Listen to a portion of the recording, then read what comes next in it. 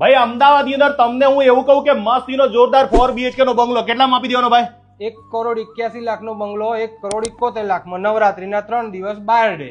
ભાઈ RV space management કંઈક લઈને આવે ને એટલે એવું હટકે લઈને આવે કે આજ સુધીમાં તમે જોયું ના આવ્યું. અમદાવાદની અંદર તો તમે સાહેબ ધૂમ મચાઈ રહ્યા છો ભાઈ. હવે તમે નવું કંઈક લઈને આવ્યા છો, શું લઈને આવ્યા છો એ કહો મને.